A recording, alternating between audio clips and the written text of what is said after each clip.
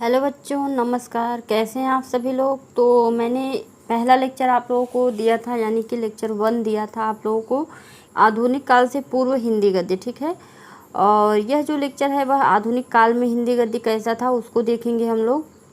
ठीक है, तो सबसे पहले जो पहला पॉइंट है उसको देखेंगे। 1800 ईस्वी में कलकत्ता में फोर्ट विलियम कॉलेज की स्थापना हुई। डॉक्टर जॉन बोर्थविक गिलक्राइस्ट की अध्यक्षता में हुई। ठीक है, और ध्यान रखिएगा जितने भी यहाँ पर मैं ये जो पढ़ रही हूँ पॉइंट, सभी पॉइंट से क्वेश्चन बनेंगे। ठीक है, सबसे पहले जब आपका हिंदी गद्य पूरा हो जाएगा तो फिर मैं क्वेश्चन दूंगी। बहुत सारे क्वेश्चन होंगे जिनको आप लोगों को करना होगा। ठीक है, मैं उस दिन लाइव क्लास लूँगी और सारे क्वेश्चन आपको आंसर देने होंगे। मैं क्वेश्चन दिखाऊंगी, आपको आंसर कमेंट के जरिए देना होगा। ठीक है, क्यों इसीलिए बोल रही हूँ कि ध्यान से पढ़िएगा। अगला, बाइबिल का हिंदी एवं उर्दू में अनुवाद किसने किया था? हेनरी मार्टिन ने, और 1809 ईस्वी में किया था। ठीक है, अगला पॉइंट है, कलकत्ता का बुक सोसाइटी की स्थापना किसमें हुई? 1817 में हुई। और अगला पॉइंट जो है, आगरा स्कूल बुक सोसाइटी की स्थापना तो 1883 में हुई। ये सभी क्वेश्चन बन रहे हैं। ठीक है, तो संस्कृत प्रेस के संस्थापक लल्लू लाल थे। संयुक्त प्रांत उत्तर प्रदेश के सब दफ्तरों की भाषा उर्दू की गई। कौन से सन में? 1837 में। ठीक है, अगला पॉइंट जो है, स्वामी दयानंद सरस्वती द्वारा हिंदी गद्य में लिखी गई रचना सत्यार्थ प्रकाश कौन से सन में रची गई थी? तो 1875 ईस्वी में। ठीक है, अगला, वर्ष 1900 में कचहरियों में नागरी लिपि की पुनः प्रतिष्ठा कराने वाले पंडित मदन मोहन मालवीय थे। ठीक है, कौन सी? 1900 में। ठीक है, कचहरियों में नागरी लिपि की पुनः प्रतिष्ठा यानी फिर से प्रतिष्ठा कराने वाले पंडित मदन मोहन मालवीय थे। ठीक है, अगला पॉइंट, हिंदी का पहला समाचार पत्र क्या था? उद्दत मार्तंड। ठीक है, 1826 ईस्वी में। और अगला, पंडित युगल किशोर, इसके जो संपादक थे उदत्त मार्तंड के, वह कौन थे? पंडित युगल किशोर। और इस साप्ताहिक पत्र को हिंदी की प्रथम पत्रिका भी माना गया है। ठीक है, अगला पॉइंट, हिंदी के अतिरिक्त बांग्ला, अंग्रेजी, फारसी में प्रकाशित होने वाला समाचार पत्र बंगदूत। हिंदी के अतिरिक्त यानी कि हिंदी के अलावा बांग्ला, अंग्रेजी, फारसी में प्रकाशित होने वाला जो समाचार पत्र है क्या? बंगदूत है। ठीक है, यह 1829 में प्रकाशित हुआ था। और किसके द्वारा प्रकाशित हुआ था?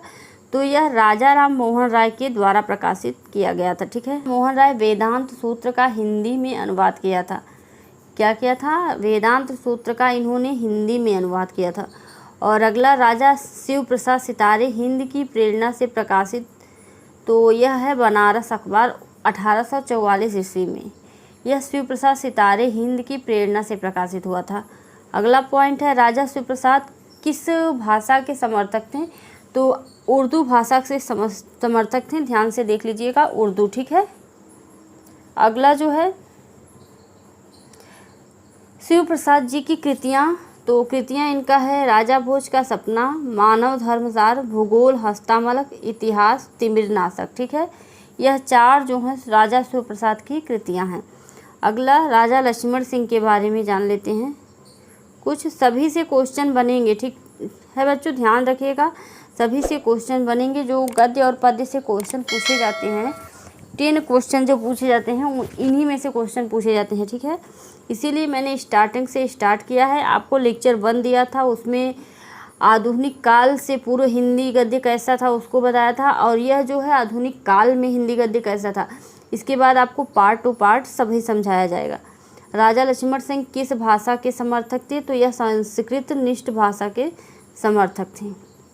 अगला, राजा लक्ष्मण सिंह जो है उनकी कृतियाँ कौन कौन सी थी और अनुवाद के साथ? तो शकुंतला, रघुवंश, मेघदूत। ठीक है, और अगला, राजा लक्ष्मण सिंह ने कौन सा पत्र निकाला था? तो प्रजा हितैषी निकाला था। ठीक है, अब मैं आपको बता दूं, क्रम के अनुसार खड़ी बोली गद्य के प्रथम 4 आचार्य, यानी कि क्रमानुसार जिस तरह से होते हैं, तो आचार्य और उनकी शैली यहाँ पर आपको दी जाएगी। ठीक है, खड़ी बोली गद्य के प्रथम 4 आचार्य और उनकी शैली। हिंदी साहित्य का इतिहास यहाँ पर दिया गया रहेगा, और यहाँ पर शैली दी गई रहेगी, ठीक है। काल विभाजन मिस्टिक से लिखा हुआ है, शैली है, ठीक है।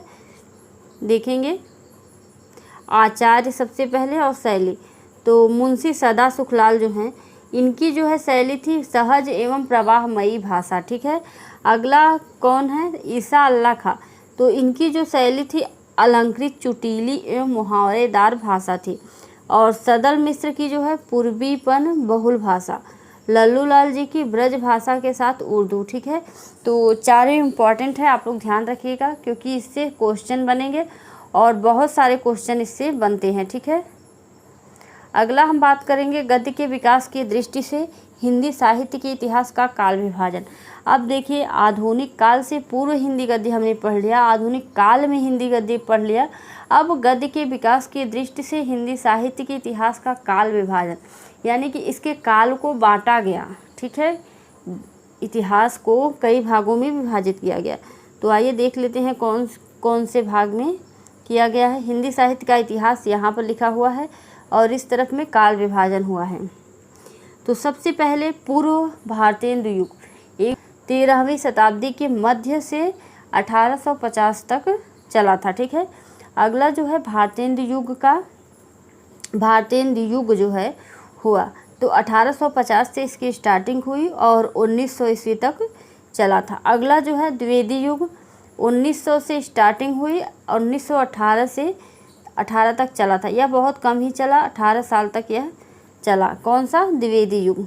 अगला छायावादी युग था, यह 18 से चला 38 तक, ठीक है। और अगला जो लास्ट था छायावादोत्तर और प्रगतिवाद युग, इसी को कहा गया। पहले छायावादोत्तर युग था, फिर प्रगतिवाद युग।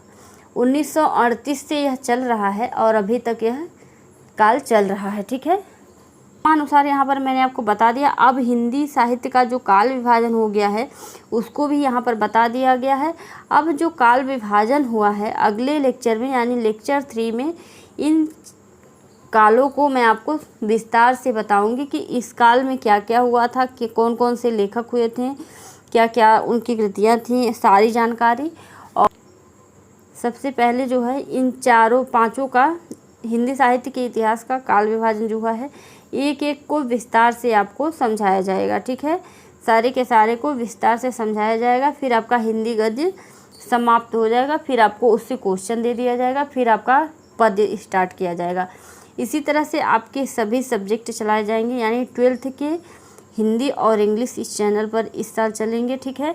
और 10th का पूरा सब्जेक्ट चलेगा, ठीक है। वीडियो की जानकारी अच्छी लगी हो तो लाइक शेयर ज़रूर करें। इस तरह की वीडियो को पाने के लिए चैनल को सब्सक्राइब ज़रूर कर लेंगे। धन्यवाद।